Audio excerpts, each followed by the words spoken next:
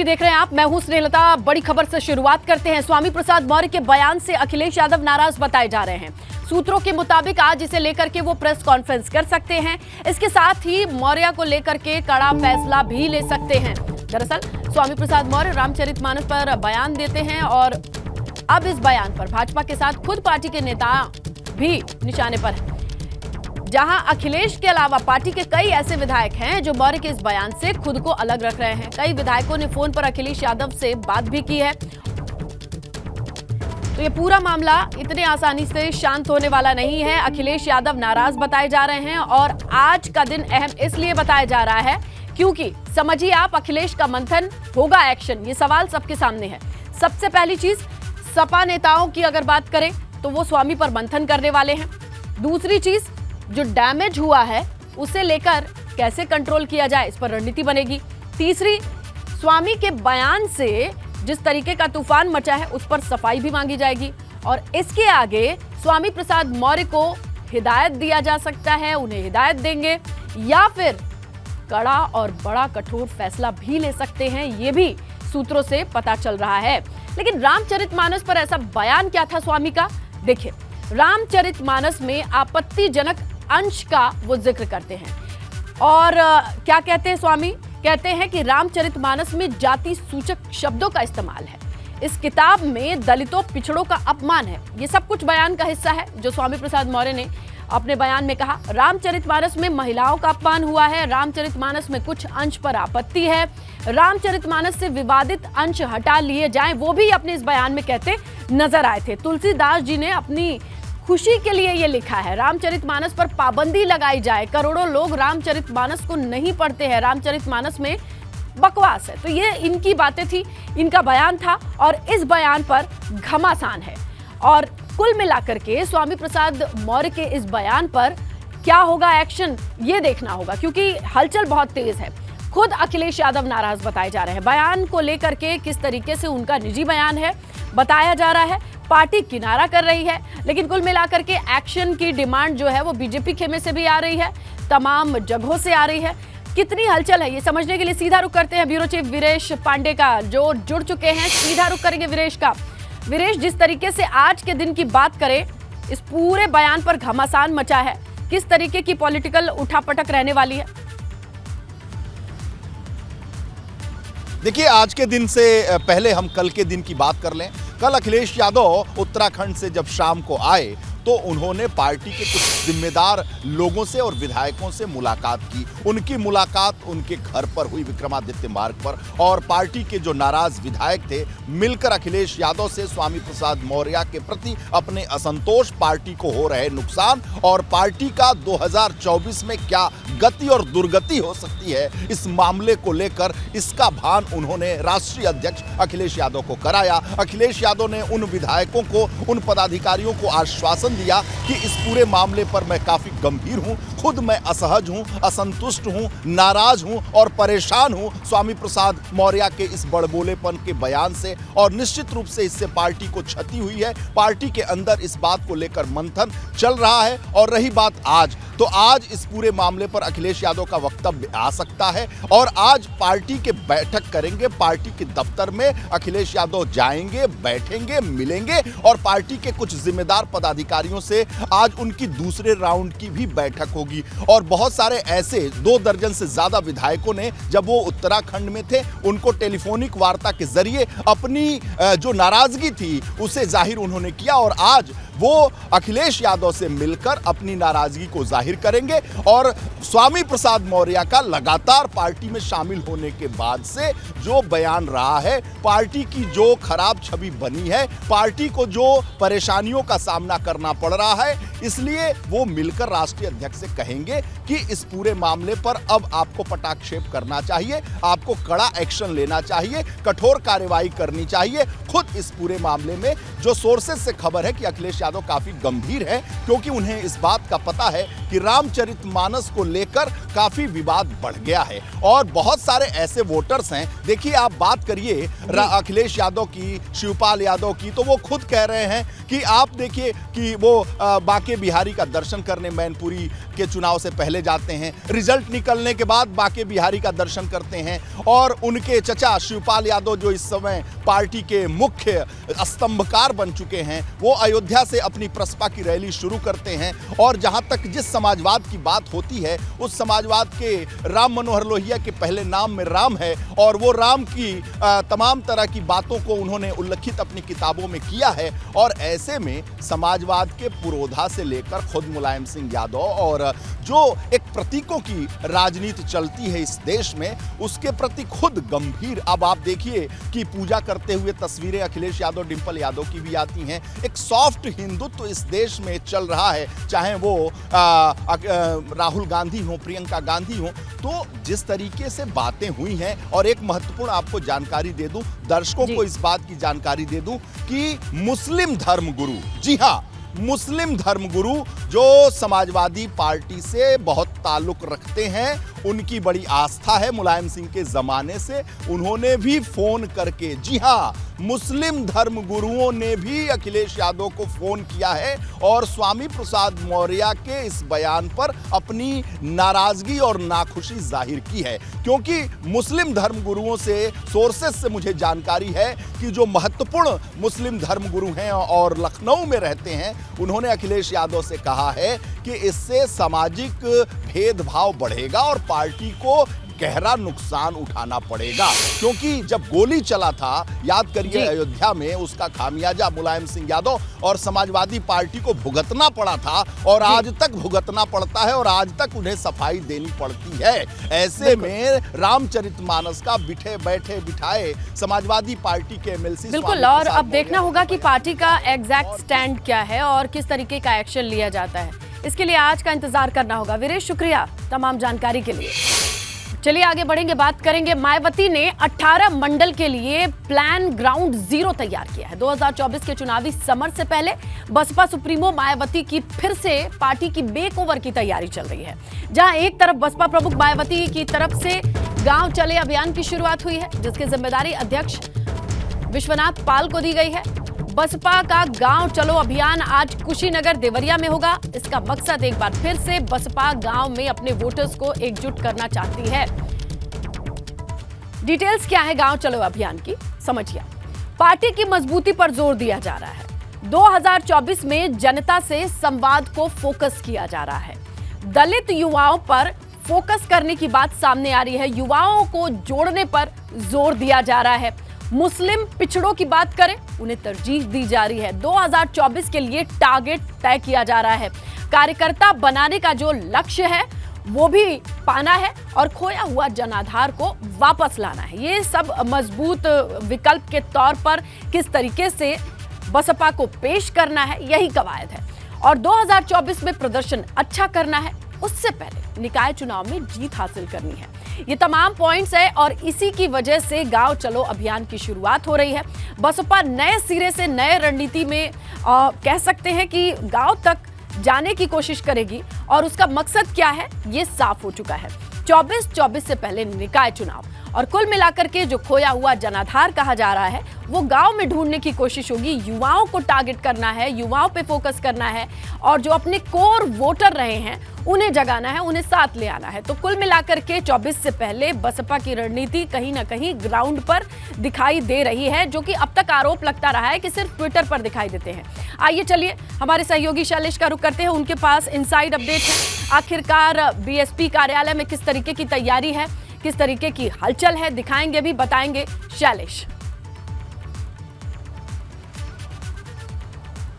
बिल्कुल श्वेता, देखिए इस समय हम बसपा कार्यालय के बाहर ही मौजूद हैं और आपको बता दें यही वो बसपा कार्यालय है जहां पर पिछले दिनों अगर बात करें तो बसपा सुप्रीमो मायावती ने अपने पदाधिकारियों के साथ तमाम बैठकें की। मंडल स्तर के जो पदाधिकारी थे, जो प्रदेश स्तर के पदाधिकारी थे, उनको बुलाया जाता है और उनके साथ में वो बैठक करके उनको एक मंत्र देती हैं, आगामी निकाय चुनाव और 2024 में जीत का मंत्र। लेकिन अब आपको हम बता दें कि बसपा सुप्रीमो मायावती इस कार्यालय में नहीं बल्कि खुद फील्ड में उतरकर मंडलवार बैठकें करने की तैयारी में है।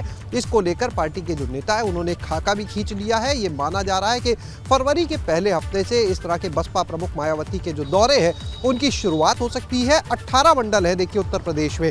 पिछले कुछ दिनों में अगर हम देखें तो पार्टी के जो प्रदेश अध्यक्ष है विश्वनाथ पाल, उन्होंने इन 18 मंडल को मथा था।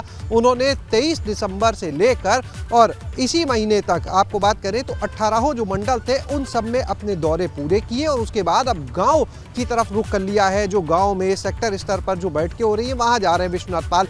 आज देवरिया और कुशीनगर के क्षेत्र को वो मथेंगे। लेकिन इस बीच में अब बसपा सुप्रीमो मायावती खुद फील्ड पर जाएंगी, मंडलवार उनकी बैठकें होंगी। हालांकि ये जो बैठकें हैं ये कोई बहुत बड़ी बहुत भव्य बैठकें नहीं होंगी कि सिर्फ दिखावा हो, बल्कि एक किसी जगह को लेकर वहां पर कार्यकर्ताओं को बुलाया जाएगा। जो सोर्सेस से जानकारी है वहां पर उनके साथ मंथन किया जाएगा, चिंतन किया जाएगा। 2024 की जो जमीन तैयार करनी है उसको देखा जाएगा कि जो निर्देश इस पार्टी कार्यालय से कुछ समय पहले बसपा प्रमुख ने दिए थे उन पर कितना अमल हुआ। जो एक बात कही गई थी कि पार्टी के संगठन में जिला स्तर, मंडल स्तर, प्रदेश स्तर, हर स्तर पर जो संगठन है उसमें करीब 50% युवा चेहरे होंगे। तो उस पर कितना अमली जामा पहनाया जा चुका है, कितने चेहरों को शामिल किया गया है, सोशल मीडिया पर कितना एक्टिव हुई है टीम, किस तरह से तैयारी चल रही है आगामी निकाय चुनाव की, कितने लोगों को जोड़ा जा रहा है, किस तरह से बसपा का जो मिशन है उसके संदेश को पहुंचाया जा रहा है, इन सभी मुद्दों पर मंथन होगा और ये देखा जाएगा, ये सुनिश्चित किया जाएगा इन बैठकों के माध्यम से कि जहां पर रफ्तार धीमी है उसको किस तरह से और ज्यादा एक्सेलरेट किया जाए, तेज किया जाए। इस पूरी चीजों के ऊपर अब बसपा सुप्रीमो मायावती खुद फील्ड में बहुत जल्द नजर आएंगी। देखिए भाजपा ने अपने मिशन 80 के लिए 2024 में मिशन 80 कुल मिलाकर के के शैलेश अब सिर्फ एक सोशल मीडिया पर ट्वीट करने से काम नहीं चलेगा, ग्राउंड पर एक्टिव होना पड़ेगा। वो सक्रियता किस तरीके से दिखाई देगी वो देखना होगा। आज से शुरुआत भी हो रही है, नजर बना करके रखेंगे। शुक्रिया शैलेश फिलहाल जानकारी के लिए। बसपा कार्यालय के बाहर हमारे सहयोगी शैलेश ये जानकारी दे रहे हैं किस तरीके से बसपा की रणनीति में अब बदलाव देखा जा सकता है। आइए आगे बढ़े, बात करें। मुख्यमंत्री योगी आदित्यनाथ आज यूपी दिवस का शुभारंभ करेंगे। इस बार यूपी दिवस पर समारोह 24 से 26 जनवरी होने वाला है। इसके लिए तमाम अलग अलग तरीके के कार्यक्रम हैं वो प्रपोज्ड हैं। लखनऊ में आज अवध शिल्प ग्राम में मुख्यमंत्री सुबह 11 बजे इस कार्यक्रम का शुभारंभ करेंगे। इसमें विश्वकर्मा श्रम सम्मान समेत कई सारे सम्मान भी दिए जाएंगे। प्रदेश के कई शहरों में इस बार यूपी दिवस पर भव्य कार्यक्रम का आयोजन किया जा रहा है।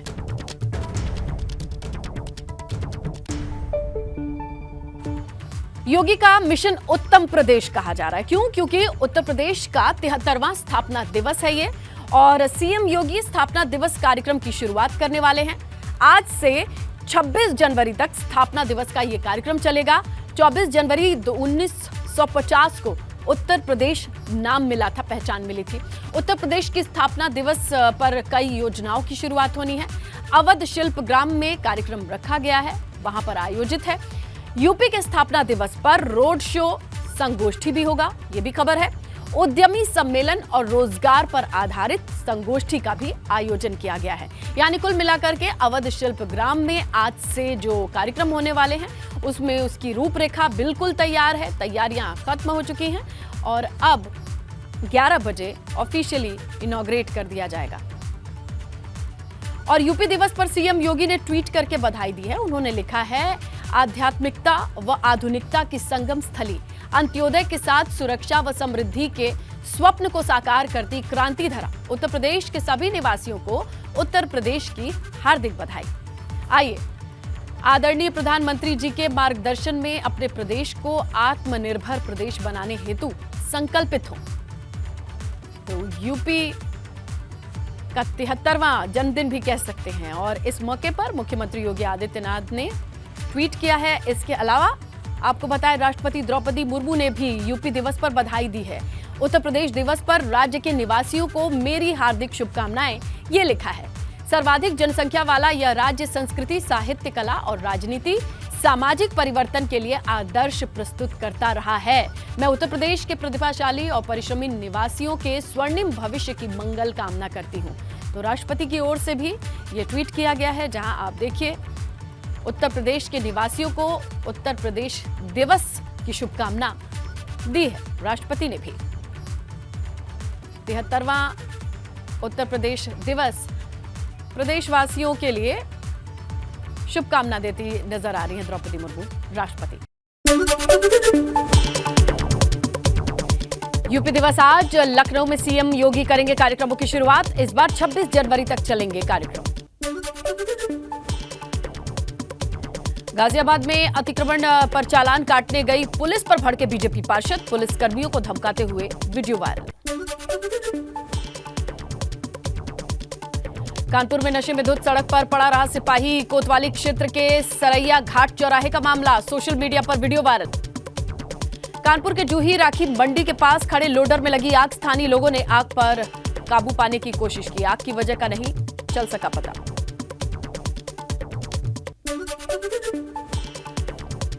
मऊ में गोली लगने के बाद युवक खुद ही पहुंचा थाने, पुलिस से लगाई अस्पताल में भर्ती कराने की गुहार, बाइक सवार बदमाश ने जेसीबी संचालक को मारी थी गोली। मुजफ्फरनगर में हादसे के बाद हंगामा, बाइक सवार दंपति की क्रेन की चपेट में आकर हुई मौत, आरोपी क्रेन ड्राइवर को खोजा जा रहा है।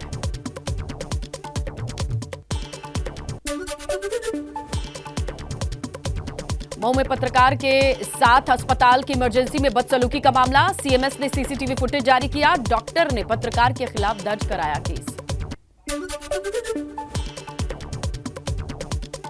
जालौन में धू कर जली बाइक, 11,000 की हाई टेंशन लाइन बाइक की चपेट में आने से आग लगी, उरई कोतवाली क्षेत्र के स्टेट बैंक के सामने की घटना।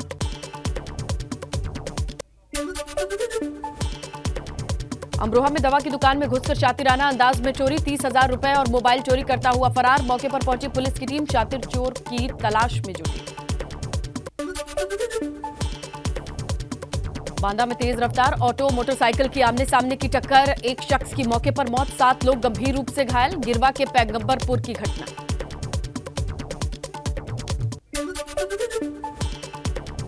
बिजनौर में तेज रफ्तार पिकअप ने बाइक को मारी टक्कर, बाइक पर सवार युवक ने दम तोड़ा, 2 महिलाएं गंभीर रूप से घायल, हमीदपुर दीपा के चचरी मोड़ का मामला।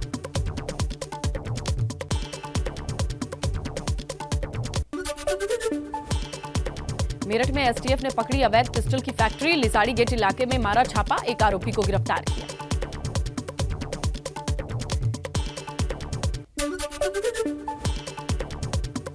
बांके बिहारी मंदिर कॉरिडोर को लेकर गोस्वामी समाज का प्रदर्शन, प्रदर्शनकारियों ने बांके बिहारी मंदिर पर किया प्रदर्शन, कहा हमें नहीं चाहिए मुआवजा।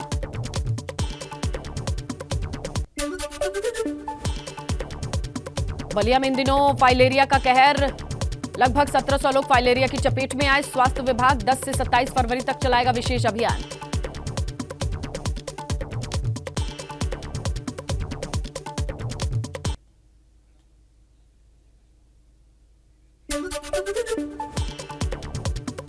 फतेहपुर में केंद्रीय मंत्री साध्वी निरंजन ज्योति ने किया गौशाला का उद्घाटन, सांसद निधि से गौशाला को 5 लाख रुपए देने की घोषणा की, कहा जितना विकास 60 साल में नहीं हुआ उतना पीएम मोदी ने 8 साल में करने की कोशिश की है। चित्रकूट के रानीपुर वन्य जीव विहार में बाघ की चहलकदमी, पर्यटक ने बाघ का वीडियो बनाकर वायरल किया।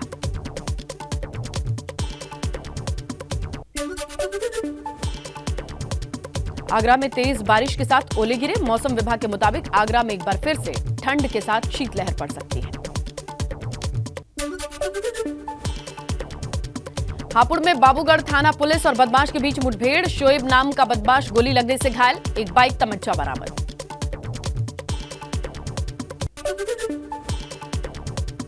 कानपुर पुलिस ने सपा विधायक इरफान सोलंकी का साथ देने वाले पार्षद को गिरफ्तार किया, रंगदारी जमीन कब्जाने का आरोप है।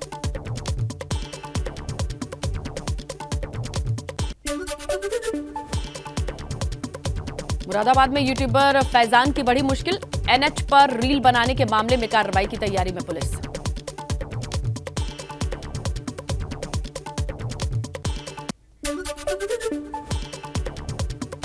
सहारनपुर में पुलिस की बदमाशों से मुठभेड़, गोली से एक बदमाश घायल, 25,000 का इनामी बताया जा रहा सक्षम त्यागी। एटा में पुलिस और गो तस्करों के बीच मुठभेड़, बदमाश इसरार गोली से घायल, 4 आरोपी मौके से फरार। पीएम मोदी आज शाम 4 बजे प्रधानमंत्री राष्ट्रीय बाल पुरस्कार पाने वाले 11 विजेताओं के साथ बातचीत करेंगे। 11 राज्यों और केंद्र शासित प्रदेशों के 6 लड़के 5 लड़कियां इसमें शामिल। प्रधानमंत्री नरेंद्र मोदी की अध्यक्षता में आज केंद्रीय कैबिनेट की बैठक होगी, शाम 6 बजे ये बैठक। महाराष्ट्र के CM Eknath Shinde, deputy CM Devendra Fadnavis का दिल्ली दौरा। सूत्रों के मुताबिक मंत्रिमंडल विस्तार को लेकर गृह मंत्री अमित शाह से चर्चा संभव। दिल्ली नगर निगम के मेयर और डिप्टी मेयर का चुनाव आज। पहले चुने हुए पार्षद फिर मनोनीत पार्षद लेंगे शपथ।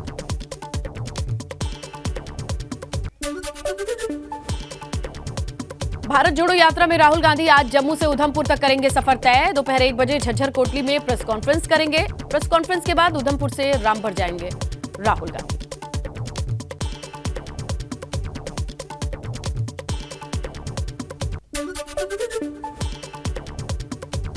मिस्र के राष्ट्रपति अल सीसी का आज से 3 दिन का दौरा। वो भारत पहुंचेंगे। गणतंत्र दिवस समारोह में मुख्य अतिथि के तौर पर होंगे शामिल। दोनों देशों के बीच कई समझौते की उम्मीद।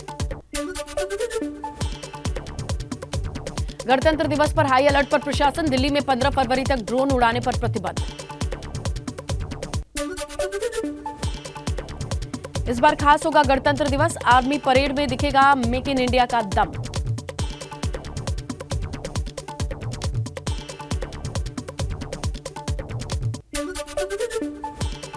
इस गणतंत्र दिवस पर मिसाइल सिस्टम का नेतृत्व भी महिला के हाथों में होगा। लेफ्टिनेंट चेतना शर्मा करेंगी made in India Akash missile system को लीड।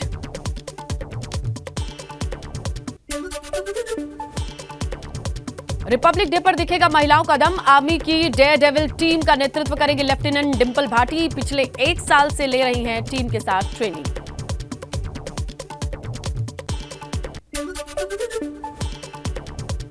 छब्बीस जनवरी से पहले जम्मू कश्मीर में भी तैयारियां जोरों पर। तिरंगे को 3 रंग से जगमगाया जाएगा। अनंतनाग का घंटाघर सजा। सुरक्षा भी बढ़ाई गई। केरल के कोट्टयम में पड़ रही है जबरदस्त गर्मी। पूरे हफ्ते यहां तापमान 30 डिग्री के पार दर्ज किया गया।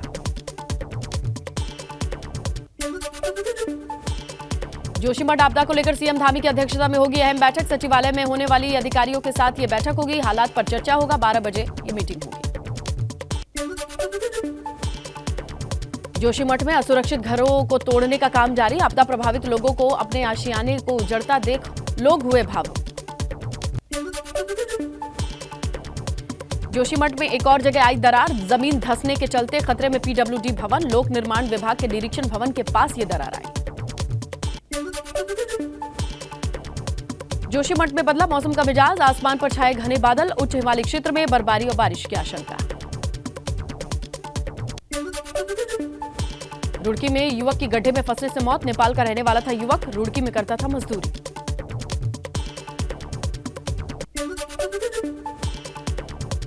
रामचरितमानस विवाद पर स्वामी दीपांकर महाराज की टिप्पणी। कहा ऐसे लोगों को जनता नकारती है।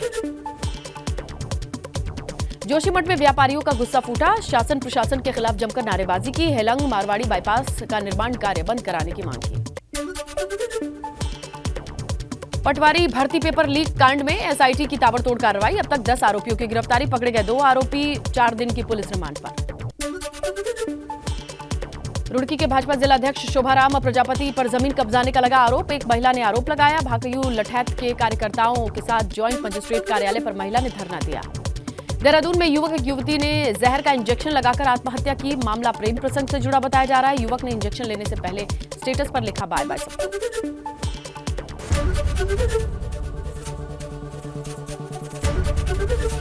एबीपी गंगा, खबर आपकी, जुबान आपकी।